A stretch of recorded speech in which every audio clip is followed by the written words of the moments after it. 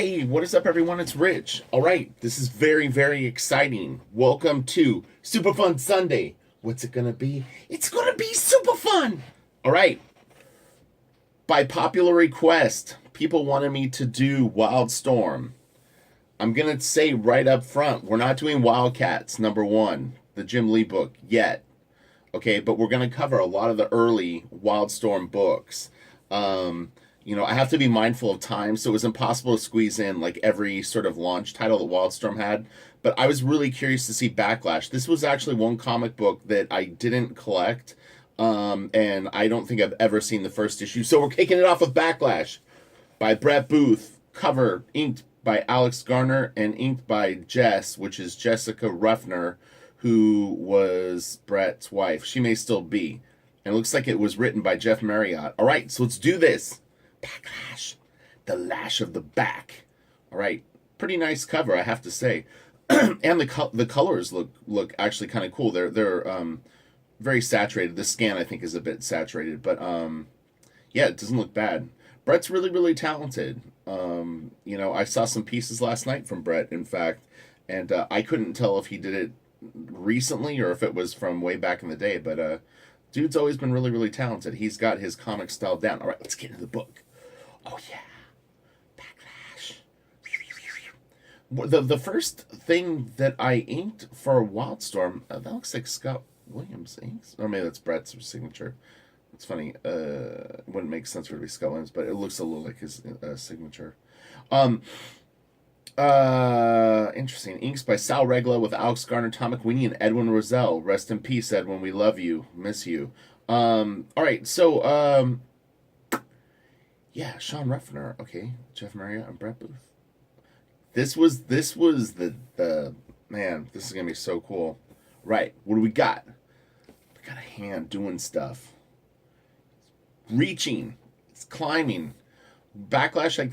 I don't know. I mean, could you say that he's Spider-Man? I don't know. He's more than Spider-Man. It's not bad. So when I first started collecting comics and I was getting into these image books, the one thing that was confusing is a lot of the people drew the same. So and the characters, because they all drew the same, sometimes would look similar to me. Like J. Scott Campbell and Brett really at this point were pretty similar. I mean, you almost could argue that Brett was actually a little better than Jeff. Just at the very, very beginning, like the first issue of Gen 13 might not be as strong as this. Like that's a really nice hand right there. This is cool. Brett's really good with anatomy, his comic book anatomy. But I mean, like if you compare this just to the Extreme books right now, I mean, Brett is on fire here. Especially for his first comic. I mean, dude, the guy was probably who knows, 18 to 19 years old, and he's just killing it, man. That's a lot of detail and a lot of there's a lot of good stuff going on in here already. It is possible that Jim helped him lay out this issue. I don't know how hands-on Jim was with Brett, but he did lay out the first Gen 13 issue. Kind of cool little sequence up here. This is nice. It all looks pretty good and competent. I mean, this is something that you could see on the shelves now. This is really, really well drawn. I mean, another thing that I'm noticing that Brett's really good at right off the bat is he understands form. If you look at this gear and stuff that's on the characters, it feels like it's laying over things. There's things overlapping. It's going around objects. It's really, really important for people that are aspiring to draw. Make sure your gear looks like it's actually sitting on form, and it'll really give your stuff a more believable quality, and it'll look more 3D as the cats start to chase each other.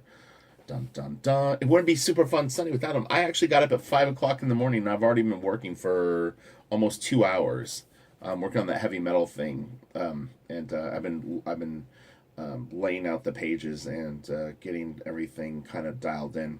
It's like you take your roughs of like figures that are gestures like this, and then you got to start working out how you're actually going to draw it.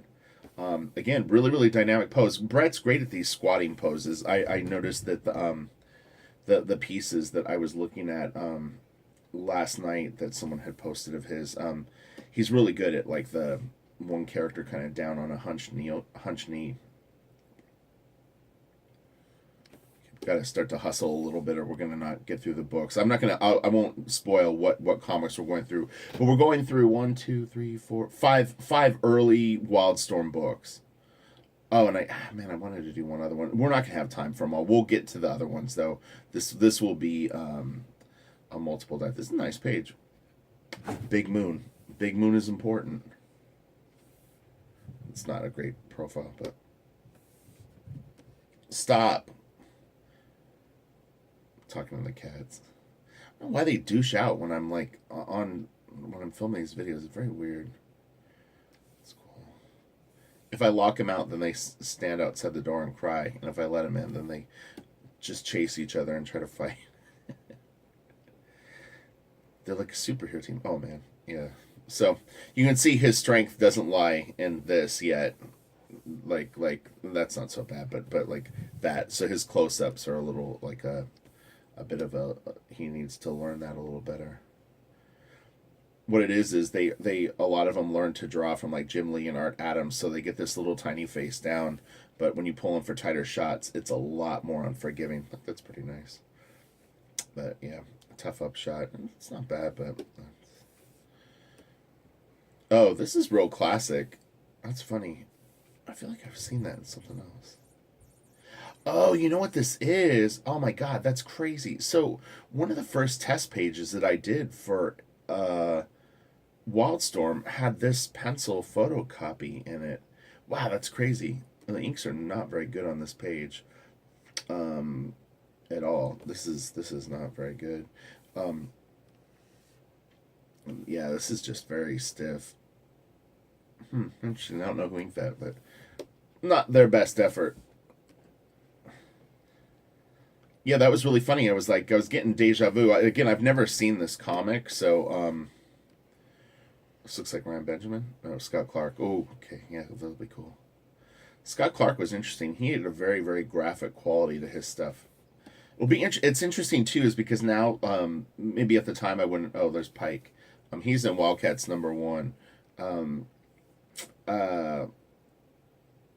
And seeing that was what was confusing me, is that like because I started collecting comics and didn't realize that characters could cross over in other books, I would see this and then I would go, man, these guys are all ripping off each other. It looks like the character that was in the Wildcats book.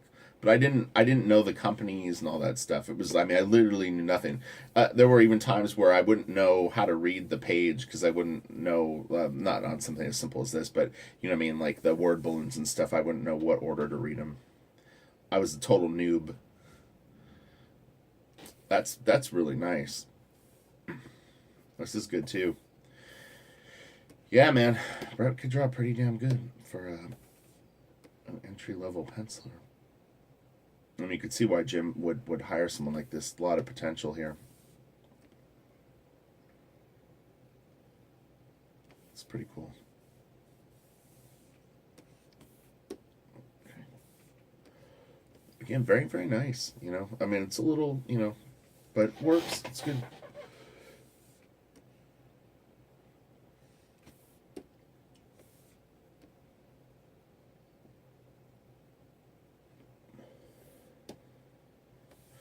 It's interesting too, because Brett kept his style pretty consistent throughout his career, as I was saying before. So, you know, he's got, although it's a hybrid of Jim, it's somewhat identifiable on its own. That's pretty nice right there. I'm actually filming this on my Cintiq today.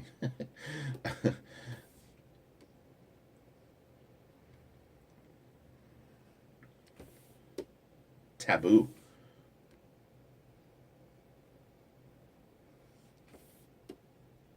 Yeah, it's interesting. I don't know how this book kind of slipped through my radar. I mean, I definitely had a couple of the comics, but I may have gotten them at... All right, let me... okay, so next book we're going to do is Stormwatch #1. Scott Clark and Trevor Scott. This is a great cover. It's Jim Lee, but at the time I didn't really, again, know the difference between everyone. So, if you would have asked me at the time, I probably would have thought that it was Scott Clark and Trevor. That was the other confusing thing about Wildstorm at the time. If anyone remembers this, was they had Travis, Trevor, and lots of Scotts. Scott Williams, Scott Clark, Trevor Scott. It's like, what is with this? All these guys, they're all like, is that the only way you get hired there? Call myself Scott Trevors. All right, let's go. Come on, that's a great cover. Jim Lee brought it for that. So this one is written by Brandon Choi and Jim Lee. Pencil Scott Clark, Trevor Scott, inks, Joe Chito, Mike Heisler. All right, let's do this. I really like this book. I thought it was kind of cool. It felt a little different than their other books for some reason. It's nice drawing. Scott was real talented. I think Scott passed away too. A lot of these guys are gone, man. It's weird.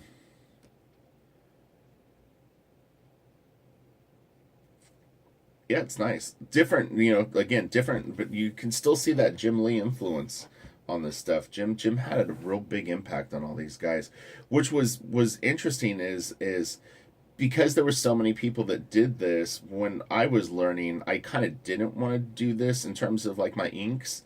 It wasn't such a conscious decision at first, but definitely I didn't feel like that they needed another person that did this exact same thing. So I definitely around 5 to 6 months into being at Wildstorm, I started kind of going a different direction with my work.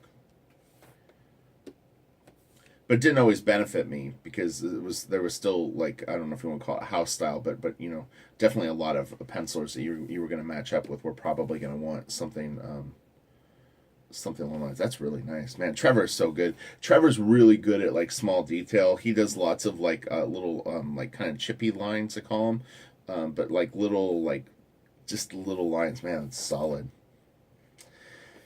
That's before Google SketchUp. I'm assuming he used photo reference for that, but he integrated it quite well. Even that, like, it's like back then those guys would have to like run to the library or have a magazine collection or kind of clip art sort of thing to use reference. And I'm not saying that he 100% did, but if you did, you were going to be searching for it a little harder than just doing a Google search. Man, those are nice. It's really interesting. Like, it's a really well drawn bust. But it just goes to show that like you can muscle it out without other ways. That's really good. I like this. That's cool. That's cool too. Yeah, Scott uses a lot more shadow on his stuff than some of the other artists at the time.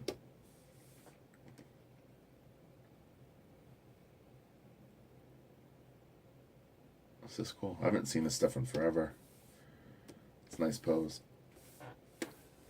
That's good too. That's nice. That's nice. And that bus again. Man, that's crazy. Dude could draw a good bus. Bam. That's interesting. This doesn't look as much like Trevor's inks. That kind of does. Again, these guys were all sort of like pretty early in their career, so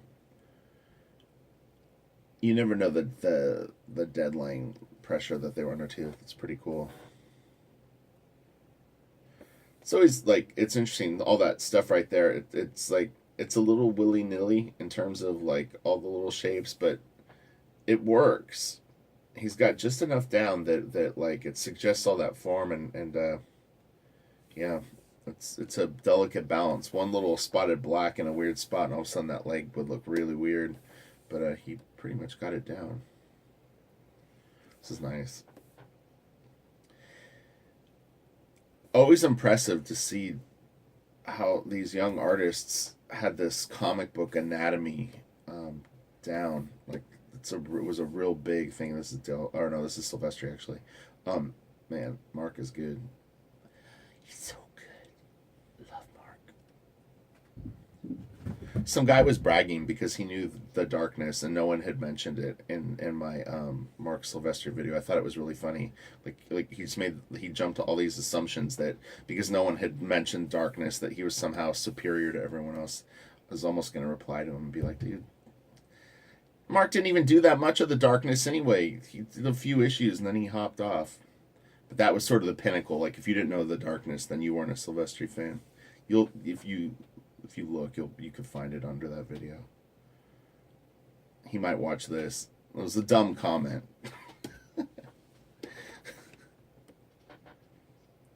Sexy lady. This arm is huge, but it actually looks cool. But if the anatomy, her elbow is here, which means her elbow would drop to like right there. This would be a very long arm if it went all the way down. But she looks good there. This is cool. Yeah, this was a good story. I remember waiting a long time though for the issues to come out. Like it was tough to read it sequentially because you were waiting a long time for the books.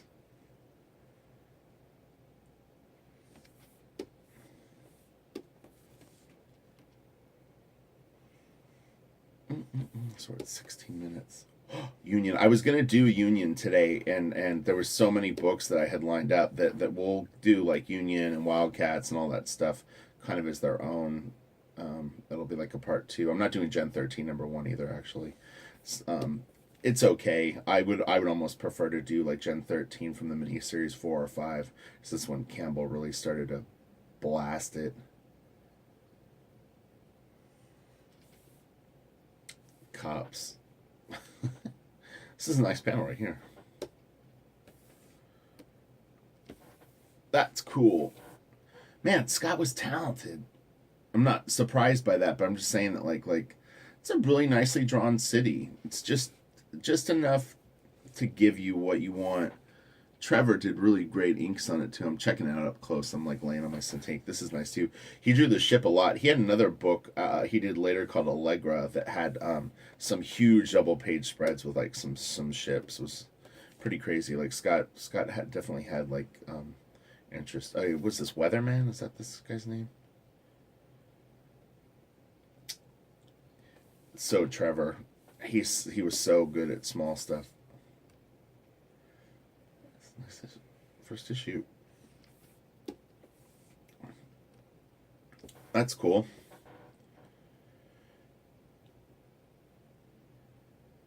Yeah, he's got just enough balance. It's like I don't think it's technically right. Not that it matters. You understand what I'm saying? Is that like there's a slippery slope. And this is interesting too. Okay, so I was talking about how Brett was real good at form and putting gear on characters. This looks pretty flat, and the perspective kind of is off. Like it works good enough though. And one of those classic image guns. I only point this stuff out because I know I have a lot of people that are learning to draw, so it's important to if I spot things that might help you that we've talked about, I always try to like incorporate them back into the video. Again, this is a little just a tiny bit flat. There'd be more overlapping if it as it's going down. It would the pieces would get smaller. You see here, like he's having a consistent kind of issue with that.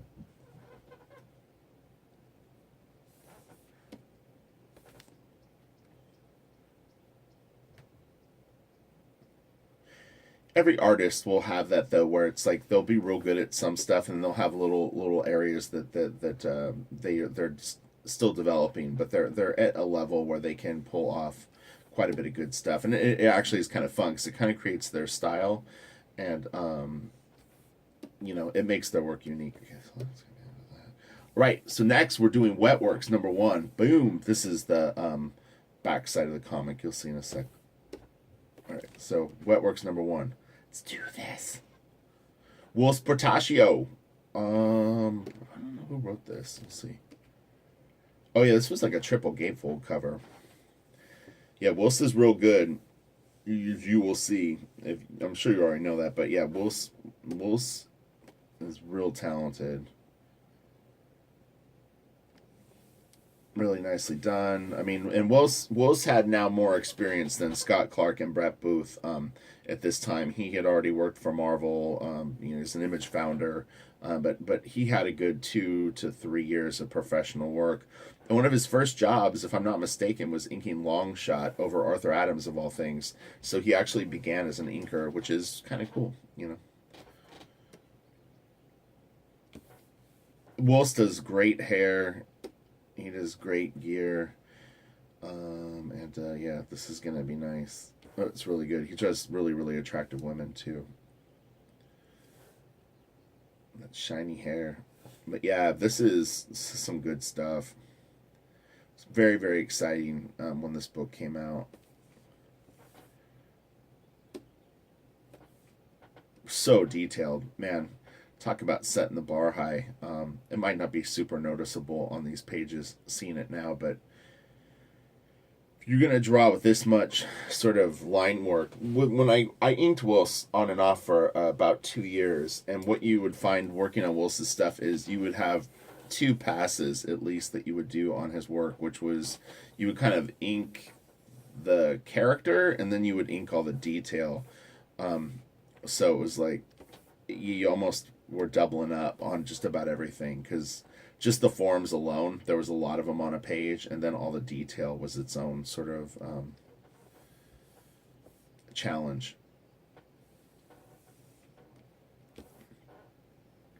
Wills is, a little more chiaroscuro than Jim, where with shadows and lighting and stuff, there's a little more mood. Wills and Silvestri share that in common. This is a beautiful, beautiful page. Mother One, I mean, just, man, they're so nice. It's really, really cool. These are nice panels, these small ones. Is this Team 7 or? Yeah, so there's a little bit of crossover with the stories and some of the characters. Man, that's so cool. He picked an interesting light source too, because a lot of times people will light from up here this way in comic book pages, but Wills has got it kind of coming from. Oh, he's got shadows coming down. Almost be well. It's 2 light sources. What do we got going on here? It's definitely, there's light maybe coming from behind her that's sweeping around, and then like another light here. It's like pretty advanced thinking. Really well done. Again, very, very graphic. It's real nice. It's just like he's just opening it up a little bit right here so you see stuff. Same here. Really, really, really effective approach. You can see it here. Nice face. This is intense. He's creating the intensity. Oh my god, it was a wet work. They've been wet worked. Wills is much, much better at drawing guns. Although they're probably extremely stylized. He would dig in and kind of do a combo of real stuff and a more stylized thing. Here comes the Wetworks goo.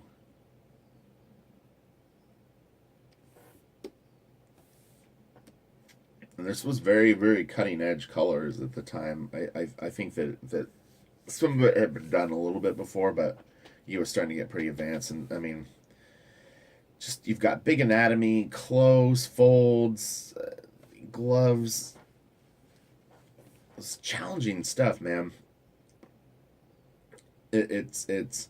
I remember when I was first starting to draw this stuff, I showed it to my grandfather, and he was like, "Man, are they trying to discourage you?" It's like it just looked so hard and complicated, because I had shown him the sample pages that I was going to be inking, and there was a Wills page in there, and just everything was like wallpaper, and if you're not used to seeing stuff like that, it can look pretty intense, and yeah, it was just the way it was. But a page like this would probably take you a good 12 to 16 hours.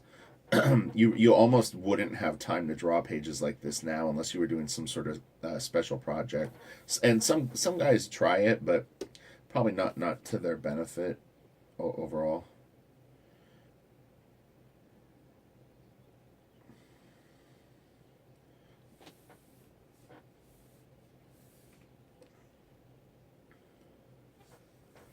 It's really cool. Frank Castle, dude. This is like right out of Punisher right there.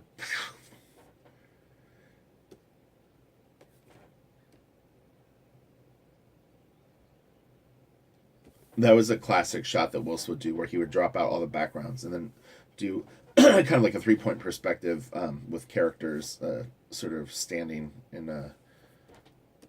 their own little sort of moment. We won't get into storytelling today. That's really nice. Look at that. That's pretty cool. Man. And then all the werewolf guys. That's really cool. Kind of Michael Goldenish. Ooh, it's a lot of detail. That panel would take hours. It's interesting too because it's like, oh yes, this is a 2-page spread. So I don't think that. It was fine. The colors there always reminded me of Spawn, like Spawn getting shot up. That's really cool. This is nice. This is a brutal knife. And then these guys.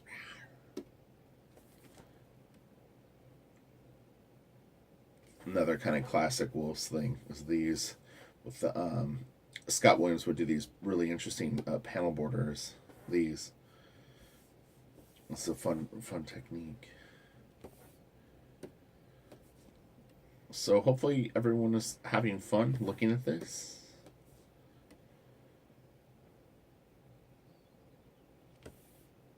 Next up, we're gonna do. Hold on, I'll tell you in a sec. Oh, that's nice. Man, that is so cool. Ooh, that is nice. Dang. Go Wills and Scott Williams. Man, that is just killer. Okay.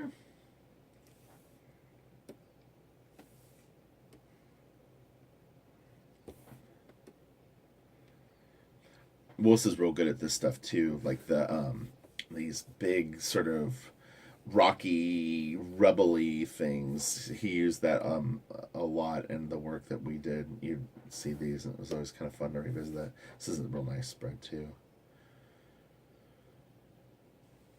I've inked this several times, not in the comic to be clear, but they had a sample page for Wildstorm. Or you know what? This might have been. Oh, you know what? This was on the sample page, and this was on the sample page, and it was like a montage of all this different like kind of complicated stuff to ink. But they had clipped out that, and I inked it 3 or 4 times, just to show them what I was capable of. So was that the last page of this book? Let's see.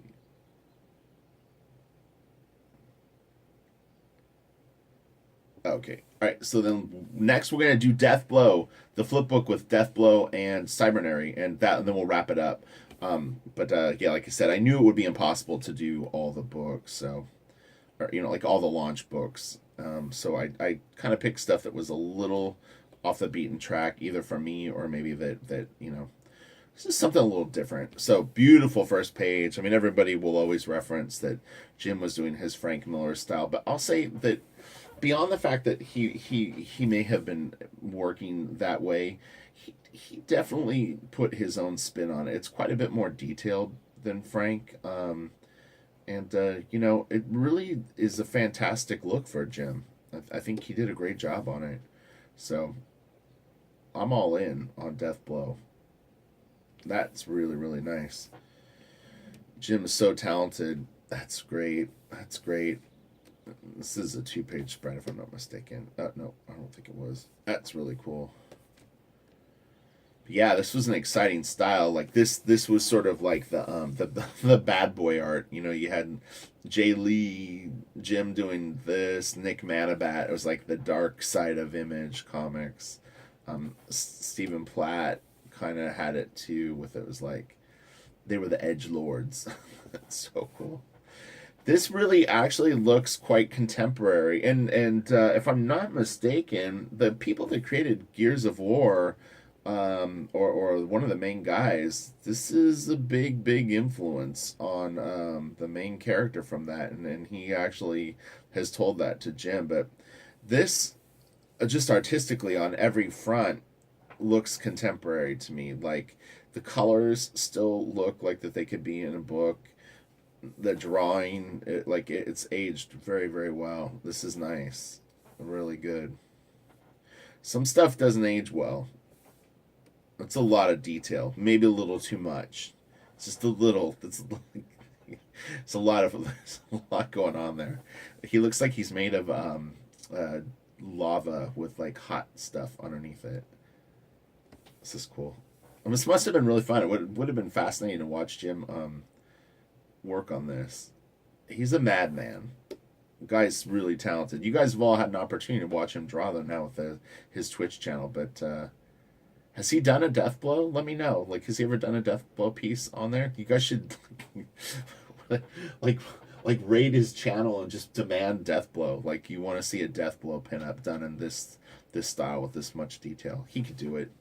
Jim's crazy. It's a lot of brush strokes. He's got the eye. He knows where to leave the little lines in and out. It's nice. I was tempted to do the Deathblow Zero, or was it Darker Image, because there's a short story in that that's actually quite good. But again, we're gonna run low on time, so it's just better to do this. And this is actually a little more simple. It's nicely laid out though. He really moves you through the page quite well. This is really good. This almost has a Bill Sienkiewicz feel to me, you know. It's really good, though.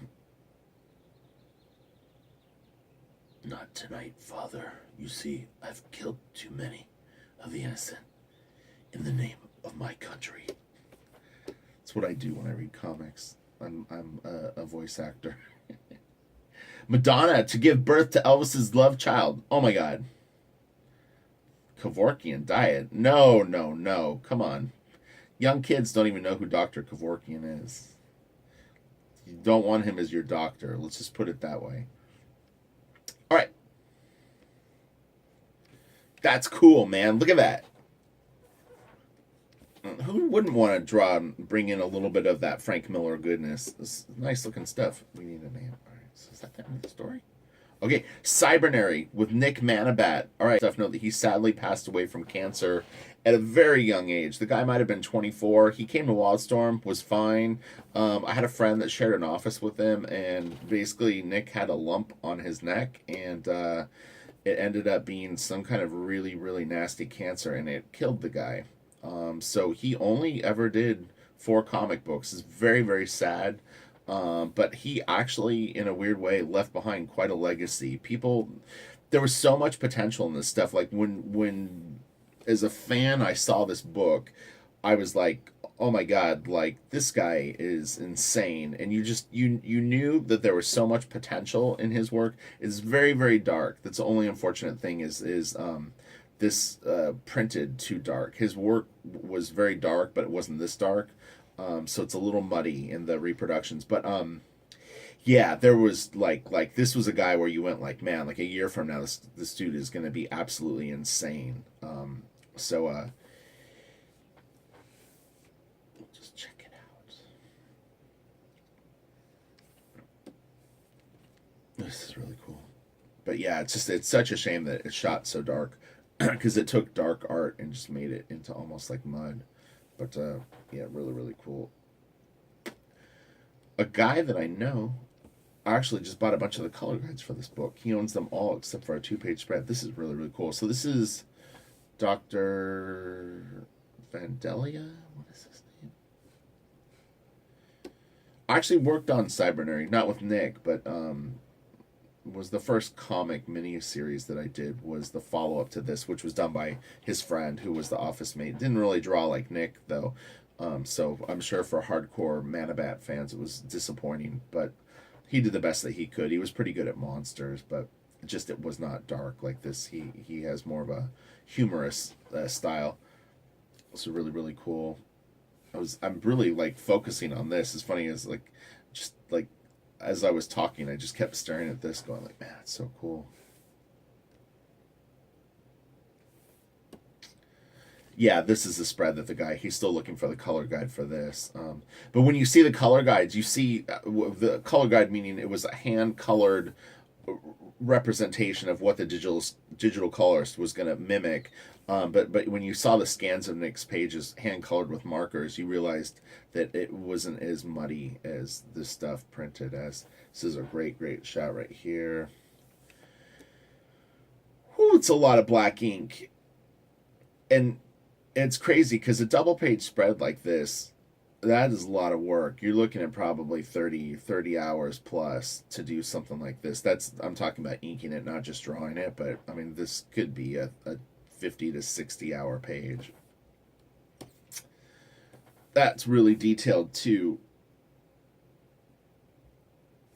It's cool. But yeah, you could see why.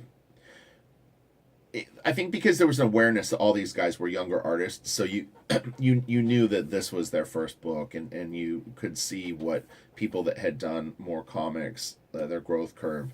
So you kind of anticipated that with these artists.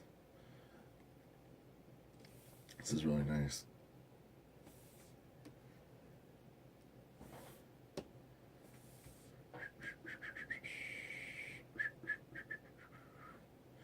This is the last page. So maybe we'll do one more. Maybe I'll go through. I have one more book kind of on deck. Yeah. Okay. So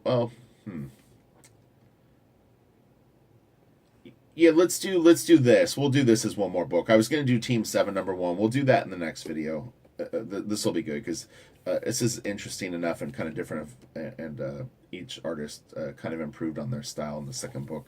It's really really nice. Really nice. Good form here. It's suggested, but he understands perspective, so this is very accurate. What's white, what's black. He understands how to light it and indicate the form really well.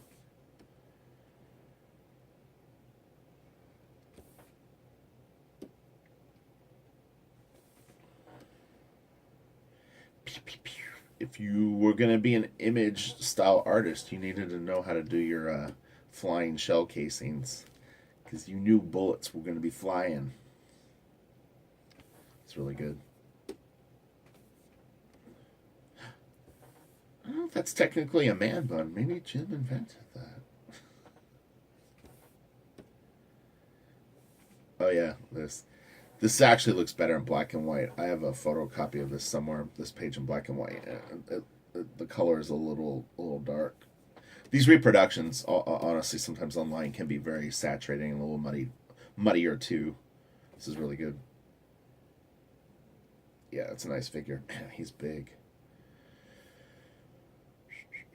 Seeing Jim's good at wrapping his gear around. Perspective is, well, no, it's pretty good on that. But yeah, but this kind of stuff where your gear is going around the body, it's real important to work on that and have it work. It's nice. It's a shame it's so dark. Okay, let's do one more Cybernary. Pin up by who? Who is it? Regla. Oh, so Sal Regla drew it. Yeah, that's funny. Yeah, sometimes they would let like the non-pencilers, like job specific. That's really cool. Do pinups too. So you'd have the source books and stuff would be pretty interesting to look through. So here's another Nick Manabat Cybernary.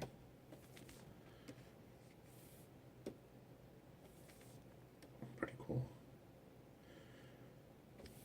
It's intense stuff, man. Oh, it's so dark. It's such a bummer.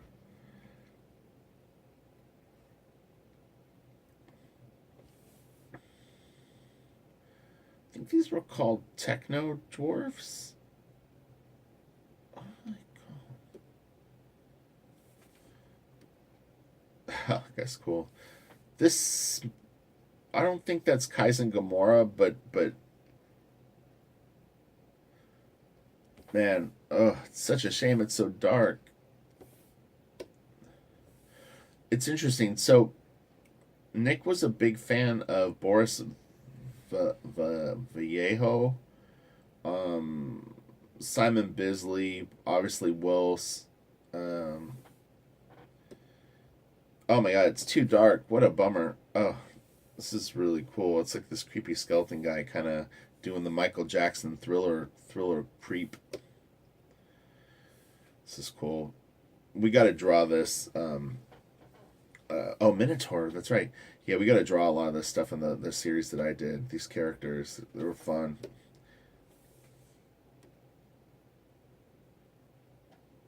Kind of Giger-esque here. Oh, werewolf guy is cool. Yeah, you might want to, if you can, brighten your monitor on this. It's so dark. But the comics actually kind of look like this, unfortunately. I don't know. And I actually heard that Nick was actually bummed about the reproductions being so dark. It's a learning curve though. You know, when you do stuff like this in black and white, it might read fine, but you do have to be mindful of reproduction and error on the side of caution. You know, it's like you're working for the original artboard, but for me, I always recalibrate once I start to see stuff in print. It's always weird if you're working on a new artist. Um, Speaking from an inker point of view. Okay, so we'll end it there. We'll look at a little bit of Team 7 while I'm wrapping this up. But yeah, I always kind of calibrate. So, like, if I'm working on someone, and the worst feeling ever is if you're going to have 2 or 3 issues in the can, meaning you're going to do them before the book comes out, because you don't get an opportunity to see what the stuff is going to look like colored and printed, and what the combination of all that is going to look like for the penciler that you're working with. So, yeah, you want to be mindful of that. This is such a great spread. Aaron was another young gun that was just so talented.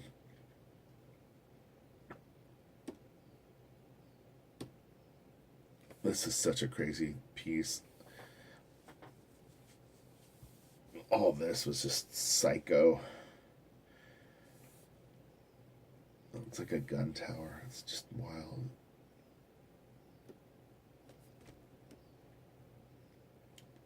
A lot of talent at Wildstorm. A lot of talent. Very, very different styles than Extreme had. You know, this was like quite a bit more in it's like just more intricate art. It's a little more realistic, a little more gritty. Still fun though, but you know, like, this is legit storytelling. Aaron had real good influences though. He wasn't messing around. And he's a fine artist now and has been for probably 20 years. But yeah, this is legit. So sick. Okay, I'm gonna wrap it up here. We'll do all of Team 7 later, but all right, you all have a great day, and yeah, smash the like, and I may take a break from YouTube next week. I'm have a lot of work. That heavy metal job is when I got it, it's under a very very tight deadline, and I'm penciling and inking it, so I need to really focus on it because you know, I want to make sure that it looks good, and you can't do your best work if you're trying to rush a bunch of things and squeeze in a bunch of stuff. So, right, have a great day, and hopefully I will be back this week, but if not, I will see you in about 10 to 14 days. All right, bye.